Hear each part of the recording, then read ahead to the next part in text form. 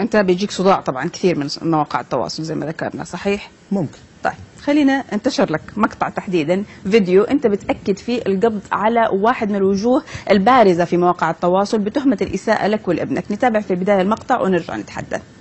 ابشركم ان هذا الرجل اللي اساء لابن عبد المحسن هو الان والله مكلبش وفي السجن الان، وانا والله ما كان لي رغبه انه هذا اللي يحصل، لكن من باب نشر الفضيله ومحاربه الرذيله كان يجب علينا احنا ان نتخذ موقف بهدوء، وهذا اللي الحمد لله تم. احنا في وطن يحفظ الامن. كثيرين بيعلقوا على مقاطعكم واعمالكم، ليش هو تحديدا اللي اخترت انك انت تروح وترفع عليه قضيه؟ انا اقول انه الانتقاد احد اهم ادوات النجاح، والانتقاد اللي فيه سخريه وكوميديا جميل جدا. انا احيانا اشوف الشباب الاعلاميين يعلقون على مقاطع لي والابناء، والله اني اضحك واستمتع. زي مين؟ يعني ما ودي امدحهم لانهم علقوا علي. طيب اوكي. لا بالعكس جميلين يعني، بس ذكر الاسماء ما ودي والله ندخل فيه.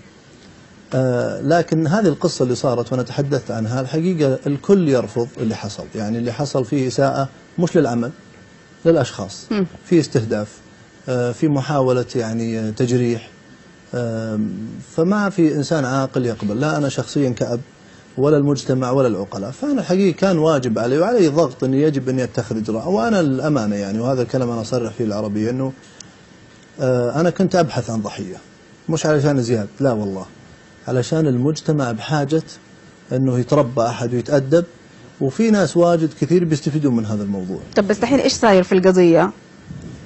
القضية ما يمكنني ما أقدر أجيب كل التفاصيل، وأنتم أكيد بتعذروني لأنها في شغلات يعني خاصة وكذا، مو كل شيء يحصل ينقال في الإعلام. لكن اللي أنا ذكرته صحيح، أن هذا الشخص تم استدعائه من جهات الأمنية، وتم أخذ أقواله، تحقيق معه، ومكث فترة في السجن. بعدها طلع بالكفالة، وسيعود إن شاء الله لتطبيق الحكم اللي بيصدر عليه قريبا إن شاء الله من المحكمة. طب بس احنا رمضان وشهر فضيل، هل في أيام للصلح أو التنازل؟ بالعكس، أنا سواء في شهر الخير والمحبة ولا في خير، أنا والله شيء لي أنا شخصيا، أنا بالعكس ما يهمني يعني نهائيا. وأنا أقول أنا متصالح ومحب وأبحث عن الإصلاح، وأكبر دليل أني أبحث عن الإصلاح أني مستعد أضحي بالشيء اللي في يدي للناس في سبيل الإصلاح.